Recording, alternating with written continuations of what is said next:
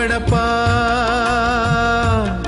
ಹೇ ತಿಳಿದೆಯಾದರೆ ಈ ವಡಪ ಬಿಡಿಸಿ ಹೇಳು ತಿಳಿದೆಯಾದರೆ ಈ ಒಗಟು ಬಿಡಿಸಿ ಹೇಳು ನೀ ಬಿಡಿಸಿ ಹೇಳು ನೀ ಬಿಡಿಸಿ ಹೇಳು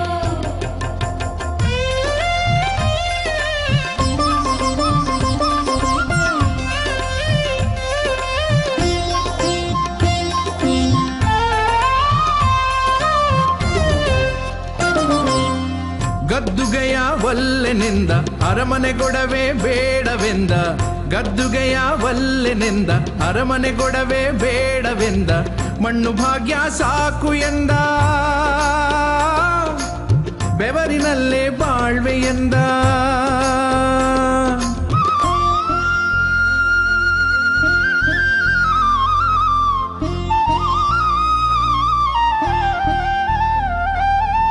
ಮಣ್ಣು ಭಾಗ್ಯ ಸಾಕು ಎಂದ ಬೆವರಿನಲ್ಲೇ ಬಾಳ್ವೆ ಎಂದ ಬೆವರಿನಲ್ಲೇ ಬಾಳ್ವೆ ಎಂದ ಏನು ಸೋಜಿಗ ಏನು ಸೋಜಿಗವೋ ಹೌದಪ್ಪ ನಾನು ಕೇಳೋ ಏನು ಸೋಜಿಗ ಏನು ಸೋಜಿಗವೋ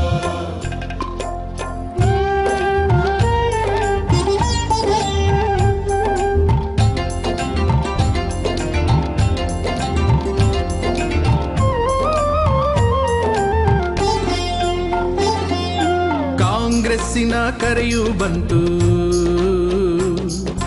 ರಾಜಕಾರಣದ ನೆರೆಯೂ ಬಂತು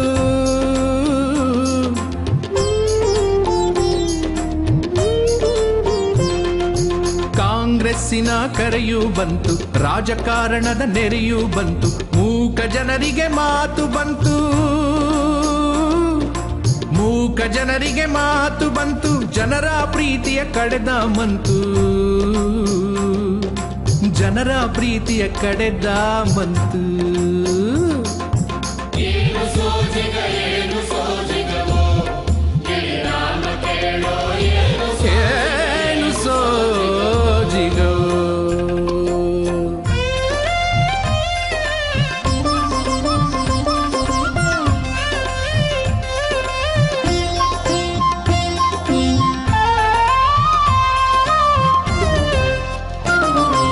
ಜನಪ್ರತಿನಿಧಿ ಆದರಣ್ಣ ಹೌದಣ್ಣ ಹಗಲು ಇರುಳು ದುಡಿದರಣ್ಣ ಹೌದಕ್ಕ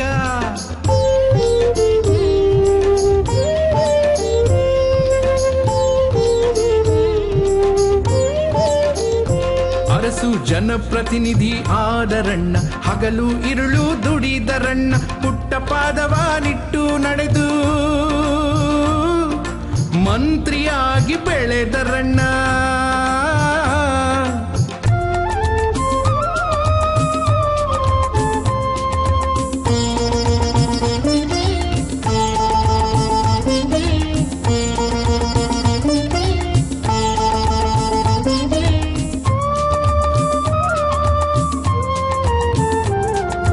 ಪುಟ್ಟ ಪಾದವಾನಿಟ್ಟು ನಡೆದು ಮಂತ್ರಿಯಾಗಿ ಬೆಳೆದರಣ್ಣ ಡೆಲ್ಲಿ ಕಣ್ಣು ಸೆಳೆದರಣ್ಣ ಮುಖ್ಯಮಂತ್ರಿ ಆದರಣ್ಣ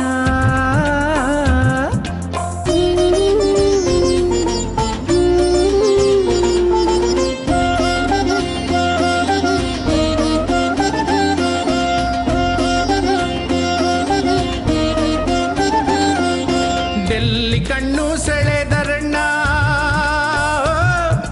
ಡೆಲ್ಲಿ ಕಣ್ಣು ಸೆಳೆದರಣ್ಣ ಮುಖ್ಯಮಂತ್ರಿ ಆದರಣ್ಣ ಮುಖ್ಯಮಂತ್ರಿ ಆದರಣ್ಣ ಏನು ಸೋಜಿಗ ಏನು ಸೋಜಿಗವೋ ನಾನು ಕೇಳೋ ಏನು ಸೋಜಿಗ ಏನು ಸೋಜಿಗವೋ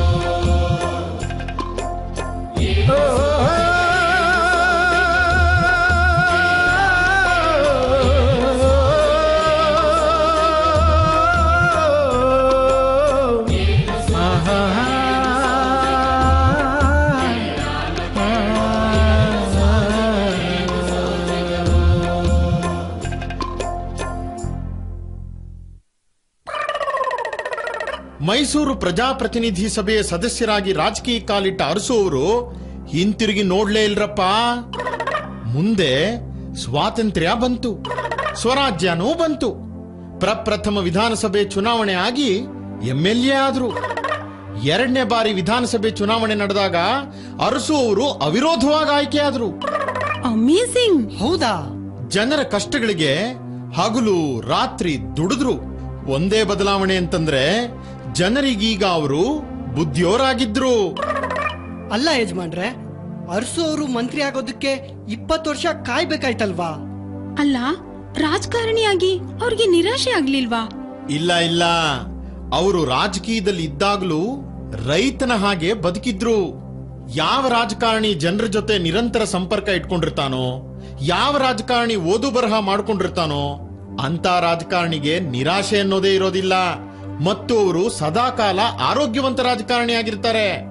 ಹಾಗೆ ನಮ್ಮ ದೇವರಾಜ ಅರಸು ಅವರು ಕೂಡ ಕನ್ನಡ ಮತ್ತು ಇಂಗ್ಲಿಷ್ ಸಾಹಿತ್ಯವನ್ನ ಚೆನ್ನಾಗಿ ಓದ್ಕೊಳ್ತಾ ಇದ್ರು. ರಾಜಕೀಯದ ಮೇಲಾಟಗಳು ಆಗ ಇರ್ಲಿಲ್ವಾ, ಅಥವಾ ಅರಸು ಅವರಿಗೆ ರೂಢಿಗತ ರಾಜಕಾರಣ ಬೇಕಿರ್ಲಿಲ್ವಾ? ಅಲ್ಲೇ ನಮ್ಮ ಇರೋದು. ದೇವರಾಜ ಅರಸು ಅವರನ್ನ ಎಲ್ಲಾ ನಾಯಕರು ಗುರುತಿಸಿದ್ರು. ವಿಧಾನಸೌಧದಲ್ಲಿ ಅವರು ತಯಾರಿ ಮಾಡಿಕೊಂಡು ಬಂದ ವಿಷಯದ ಮೇಲೆ ಮಾತನಾಡಿದ್ರೆ ಸರ್ಕಾರ ಕಿವಿಗೊಟ್ಟು ಕೇಳೋದು. ಕೊನೆಗೆ ನಿಜಲಿಂಗಪ್ಪನವರು ತಮ್ಮ ಮಂತ್ರಿ ಮಂಡಲಕ್ಕೆ ಅರಸು ಅವರನ್ನ ಸೇರಿಸಿಕೊಂಡ್ರು. ಮುಂದೆ ಕಾಂಗ್ರೆಸ್ ಇಬ್ಬಾಗ ಆಗಿ ಅರಸು ಅವರು ಇಂದಿರಾ ಗಾಂಧಿ ಜೊತೆ ಗುರುತಿಸಿಕೊಂಡ್ರು. 1972ರಲ್ಲಿ ತಾವು ಎಲೆಕ್ಷನ್ಗೆ ನಿಲ್ಲದೆ ಇಂದಿರಾ ಕಾಂಗ್ರೆಸ್ಗೆ ಅಧ್ಯಕ್ಷರಾಗಿ ಹಿಂದುಳಿದ ಹಾಗೂ ಅಂಚಿನ ಜಾತಿಯ ಅರ್ಹ ವ್ಯಕ್ತಿಗಳನ್ನ ಗುರುತಿಸಿ ಎಲೆಕ್ಷನ್ಗೆ ನಿಲ್ಲಿಸಿದ್ರು.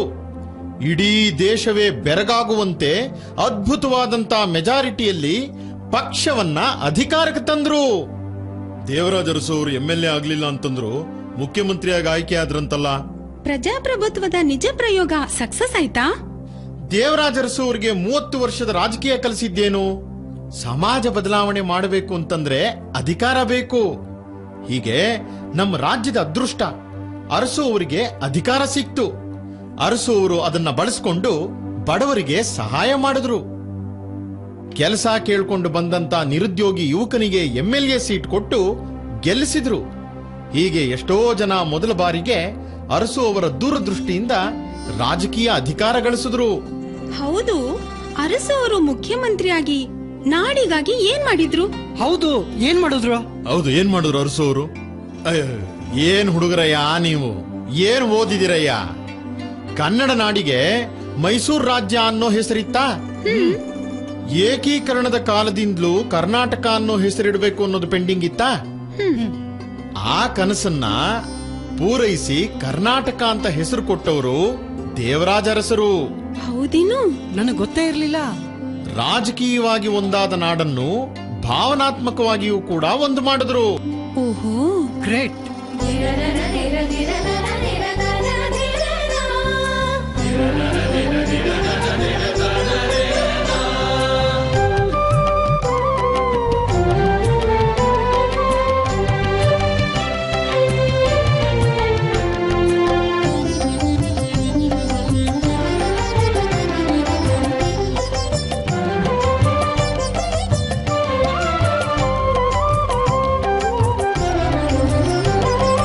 ಕನಸು ಕೈಗೂಡಿತು, ನಾಡು ಹೆಸರು ಪಡೆಯಿತು. ಕನಸು ಕೈಗೂಡಿತು, ನಾಡು ಹೆಸರು ಪಡೆಯಿತು. ಕನ್ನಡ ನೆಲ, ಕನ್ನಡ ಜಲ, ಕರ್ನಾಟಕವಾಯಿತು.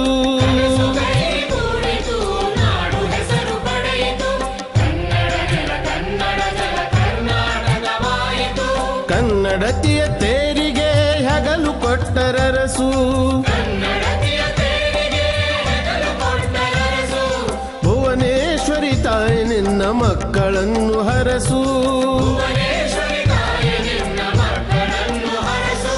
ಕನಸು ಕೈಗೂಡಿತು, ನಾಡು ಹೆಸರು ಪಡೆಯಿತು.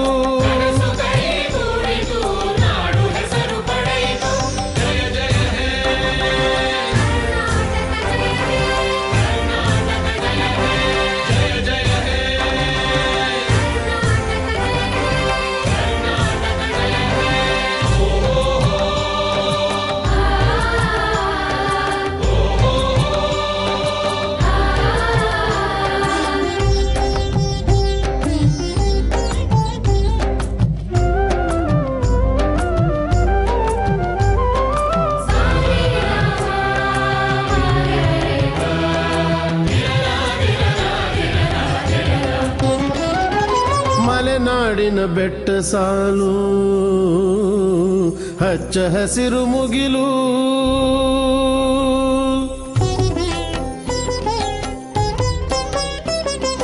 ಮಲೆನಾಡಿನ ಬೆಟ್ಟ ಸಾಲು ಹಚ್ಚ ಹಸಿರು ಮುಗಿಲು ಮುತ್ತು ರತ್ನ ಪಚ್ಚೆ ಹವಳ ಕರಾವಳಿ ಕಡಲು ಬಂಗಾರದ ಮರುಜೇವಣಿ ಕಲ್ಯಾಣದ ಬಡಲು ಬಂಗಾರದ ಮರುಜೇವಣಿ ಕಲ್ಯಾಣದ ಬಡಲು ರಾಗಿ ಜೋಳ ತೊಗರಿ ಭತ್ತ ಬಯಲು ಸೀಮೆ ಫಸಲು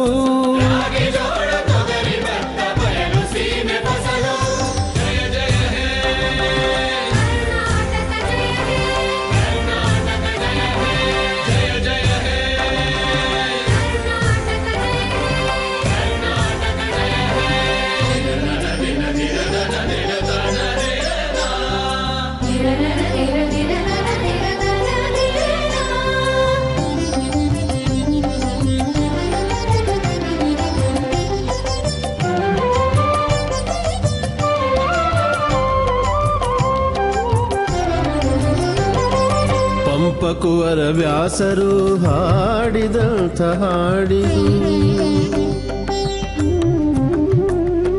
ಬಸವ ಕನಕ ಶರೀಫರ ಮುತ್ತಿನಂಥ ನುಡಿದು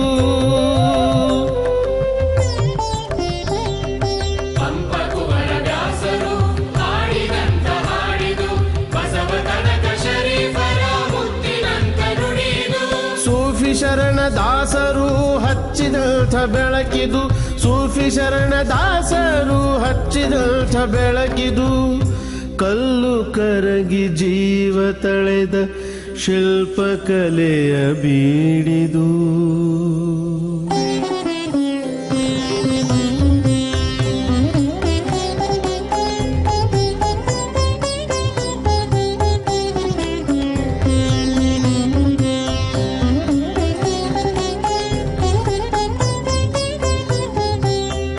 ಕರಗಿ ಜೀವ ತಳೆದ ಶಿಲ್ಪಕಲೆಯ ಬೀಡಿದು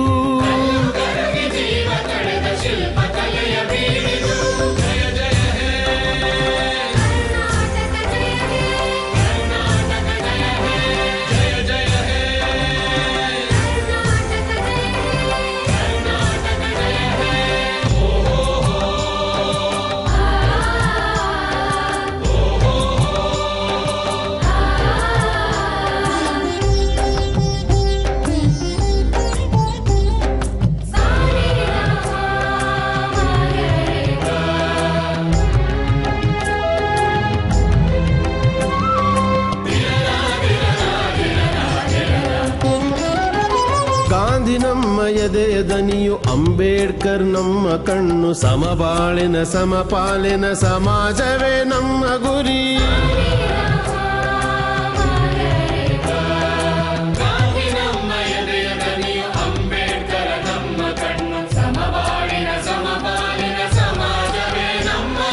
ಜಾತಿ ಮತದ ಭೇದ ತೊಲಗಿ ಸರ್ವೋದಯವಾಗಲಿ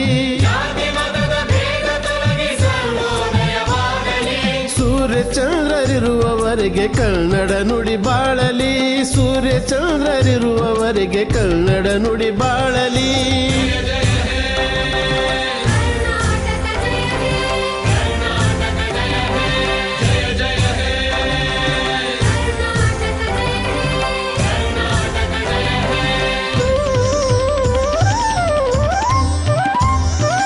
ಕನಸು ಕೈಗೂಡಿತು ನಾಡು ಹೆಸರು ಪಡೆಯಿತು ಕನ್ನಡ ನೆಲ ಕನ್ನಡ ಜಲ ಕರ್ನಾಟಕವಾಯಿತು ಕನ್ನಡತಿಯ ತೇರಿಗೆ ಹಗಲು ಕೊಟ್ಟರರಸು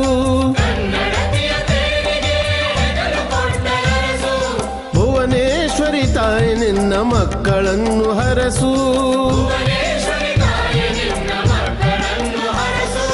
ಕನಸು ಕೈಗೂಡಿತು ನಾಡು ಹೆಸರು ಪಡೆಯಿತು ಜಯ ಹೇ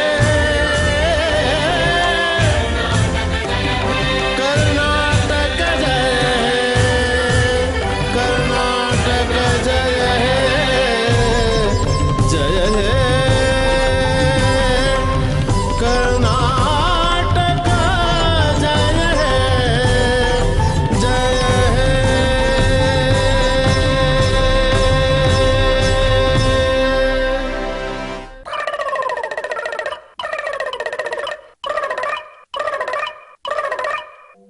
ನವೆಂಬರ್ 1, 1973 ಮೈಸೂರು ರಾಜ್ಯ ಎನ್ನುವ ಹೆಸರು ಹೋಗಿ ಕರ್ನಾಟಕ ರಾಜ್ಯ ಎನ್ನುವ ಹೆಸರು ಬಂತು. ನೀವ್ ಹೇಳ್ತಾ ಇರೋದ್ ನೋಡಿದ್ರೆ ನಿಜವೋ ಸುಳ್ಳೋ ನಂಬಕ್ಕೆ ಆಗ್ತಾ ಇಲ್ಲ. ಅಧಿಕಾರ ಬಂದಾಗ ನಿಂತ ನೆಲ ಕಾಣಲ್ಲ ಅಂತಾರಲ್ಲ. ಅರಸು ಅವರು ಅಧಿಕಾರ ಬಂದಾಗ ಹೇಗ್ ನಡ್ಕೊಂಡ್ರು? ಅರಸರಿಗೆ ಅಧಿಕಾರ ಬಂದದ್ರಿಂದ ಎಷ್ಟೋ ಮೂಕ ಜನಾಂಗಗಳಿಗೆ ಮಾತು ಬಂತು, ಹಕ್ಕು ಪ್ರತಿಪಾದನೆ ಮಾಡೋ ಛಾತಿ ಬಂತು. ಅರಸು ಅವರು ಮುಖ್ಯಮಂತ್ರಿಯಾಗಿ ದೊಡ್ಡ ಕನಸು ಕಂಡ್ರು. ಪ್ರಜಾಪ್ರಭುತ್ವ ನಿಜವಾಗಿಯೂ ಜನರಿಂದ ಆಯ್ತು, ಜನರಿಗೋಸ್ಕರ ಆಯ್ತು. ಅಧಿಕಾರಕ್ಕೆ ಬಂದ ಎಲ್ಲಾ ಮುಖ್ಯಮಂತ್ರಿಗಳು ಸಮಾಜ ಬದಲಾವಣೆ ಮಾತು ಹೇಳ್ಕೊಂಡೇ ಬಂದಿದ್ದಲ್ವಾ?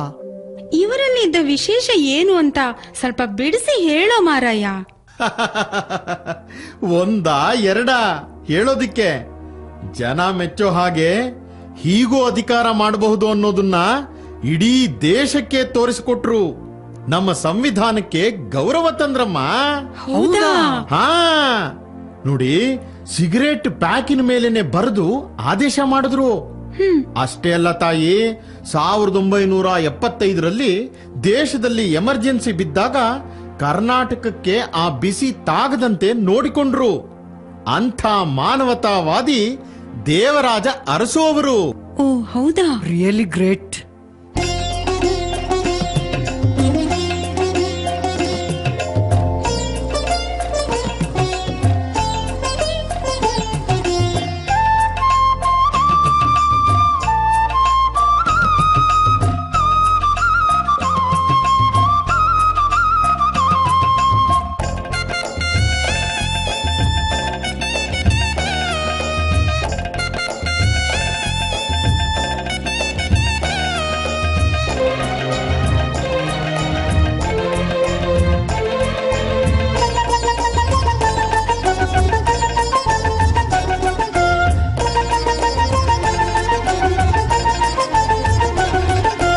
ಅರಸು ಎಂದರೆ ಮಾನವತೆಯ ಸಾಕಾರ, ಅರಸು ಎಂದರೆ ಮಾನವತೆಯ ಸಾಕಾರ. ಕಣ್ಣೀರನ್ನು ಒರೆಸಬೇಕು ಅಧಿಕಾರ. ಅರಸು ಎಂದರೆ ಮಾನವತೆಯ ಸಾಕಾರ, ಕಣ್ಣೀರನ್ನು ಒರೆಸಬೇಕು ಅಧಿಕಾರ. ಮನೆ ಮನೆಯಲ್ಲಿ ದೀಪ ಬೆಳಗಿದ ಹರಿಕಾರ,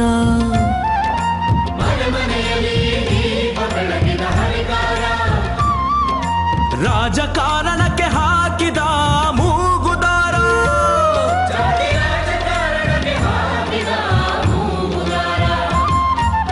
ಅರಸು ಎಂದರೆ ಮಾನವತೆಯ ಸಾಕಾರ, ಅರಸು ಎಂದರೆ ಮಾನವತೆಯ ಸಾಕಾರ.